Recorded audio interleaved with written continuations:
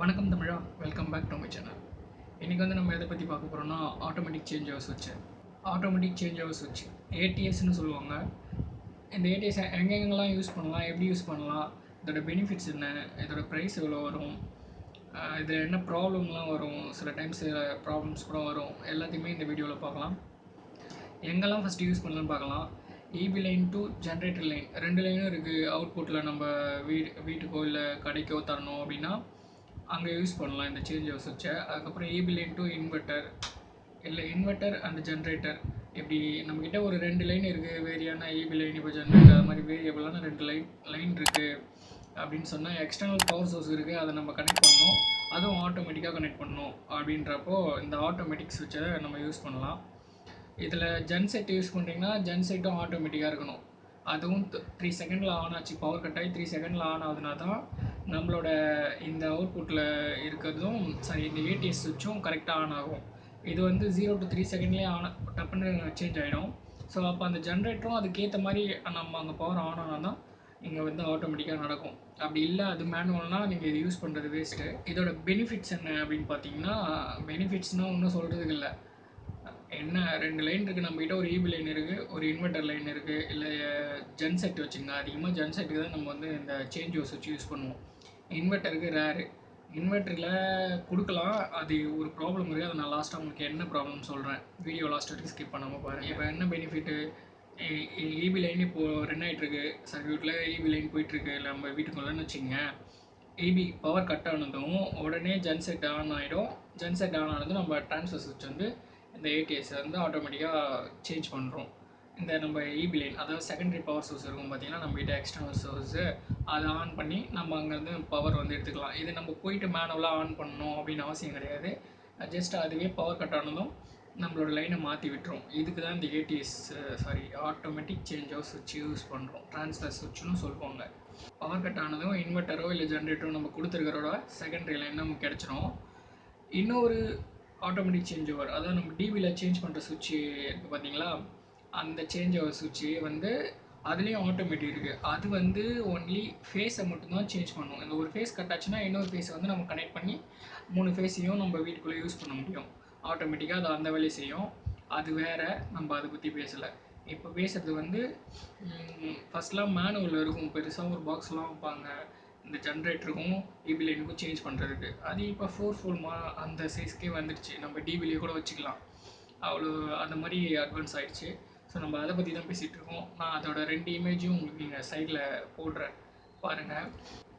என்ன மாதிரியான automatic change ஓவர்லாம் நம்மக்கிட்ட இப்போ கிடைக்குதுன்னா, சிங்கிள் ஃபேஸ்க்கு கிடைக்குது, 3 ஃபேஸ்க்கு இருக்குது, அப்புறம் வந்து 3 போலும் கிடைக்குது. 3 போல்லாம் மிஷின்ஸ்க்கு யூஸ் பண்ணுறது, 2 போல், 3 போல், 4 போல்னு நமக்கு வந்து 3 விதமான இந்த ட்ரான்ஸ்ஃபர் சுவிட்ச் நமக்கு அவைலபிளாக இருக்குது மார்க்கெட்டில். இப்போது நம்ம வீட்டுக்கு தான் யூஸ் பண்ண போகிறோன்னா நமக்கு வந்து 2 போல் அப்புறம் வந்து 4 போல் இதுவே போதும். அந்த 3 போலுக்கெலாம் அவசியமே கிடையாது. அதுக்கெல்லாம் வீட்டுக்குள்ளே சுத்தமாக யூஸே கிடையாது. நம்ம ஒரு சிங்கிள் ஃபேஸ்க்கும் அந்த 3 ஃபேஸ் லைனுக்கும் இதுவே போதுமானதாக இருக்கும். ஸோ அந்த 2 போல் அண்ட் 4 போல் மட்டும் யூஸ் பண்ணாலே நமக்கு போதும். 3 ஃபேஸ் ஆட்டோமேட்டிக் சேஞ்ச் ஓவரில் பார்த்திங்கன்னா மொத்தம் 12 டெர்மினல் இருக்கும்.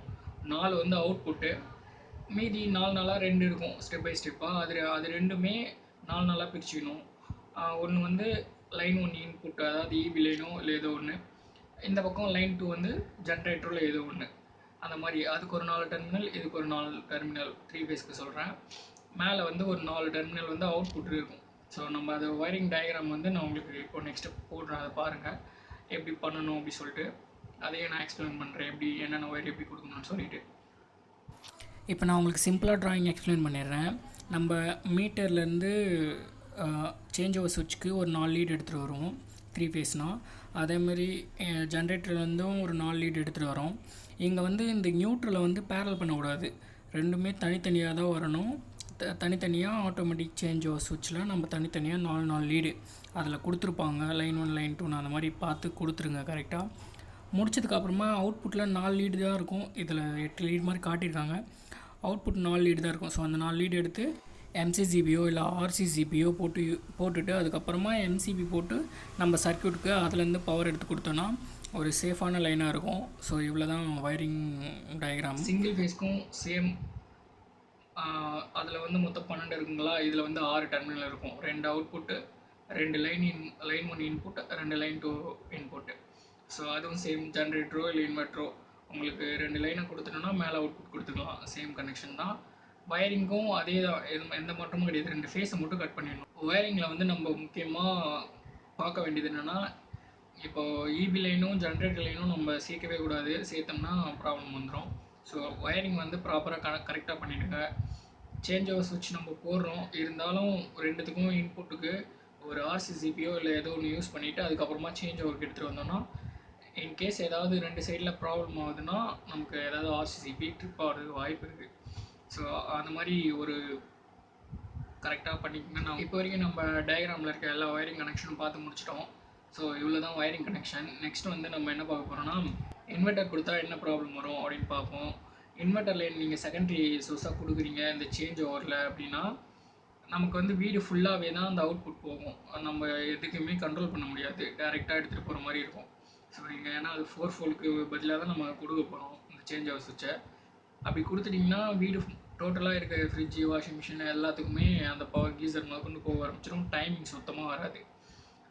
இதுக்கு நம்ம வந்து ஒரு மாற்று வழி, வேறு வழி என்னன்னு பார்த்தீங்கன்னா, அதுக்கு இந்த வீடியோவை நிறைய பேர் பார்த்து குறைஞ்சது சரி ஓகே ஒரு 1000 வச்சுக்கலாமா, அது கூட வேணாம், ஒரு 100 பேர் பார்த்து கமெண்டில் 100 பேரும் கேட்டிங்கன்னா, இல்லை ப்ரோ அந்த வீடியோவும் போடுங்க, அதுக்கு எப்படி ஒயரிங் பண்ணுறது, இன்வெர்ட்டர் டு இபி லைன் ரெண்டையும் மிக்ஸ் பண்ணி நம்ம கரெக்டாக எடுத்துகிட்டு போய் ஒரு 2 ஃபேனோ இல்லை ஒரு 4 ஃபேனோ ஒரு 4 டியூப் லைட்டு இதுக்கு மட்டும் கரெக்டாக லைன் கொடுக்குறதுக்கு எப்படி அப்படின்னு சொல்லிட்டு கேட்டிங்கன்னா, அதுக்கான வீடியோ 100 பேர் கமெண்ட் பண்ணிங்கன்னா கண்டிப்பாக சீக்கிரமாக போஸ்ட் பண்ணுறேன்.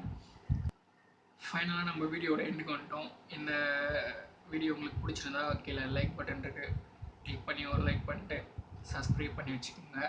இது மாதிரி இன்ட்ரெஸ்டிங்கான விஷயம்லாம் நான் உங்க கூட ஷேர் பண்ணிகிட்டே இருப்பேன் அப்பப்போ.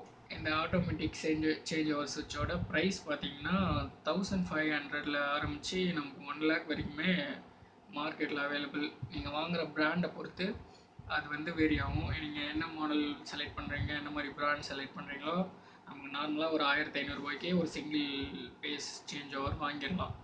அந்த இருக்குது, அமேசான்லேயும் இருக்குது, ஃப்ளிப்கார்ட்லேயும் இருக்குது, லோக்கல் ஷாப்லேயும் இருக்கும். நீங்கள் ட்ரை பண்ணிங்கன்னா கண்டிப்பாக எல்லாமே கிடைக்கும்.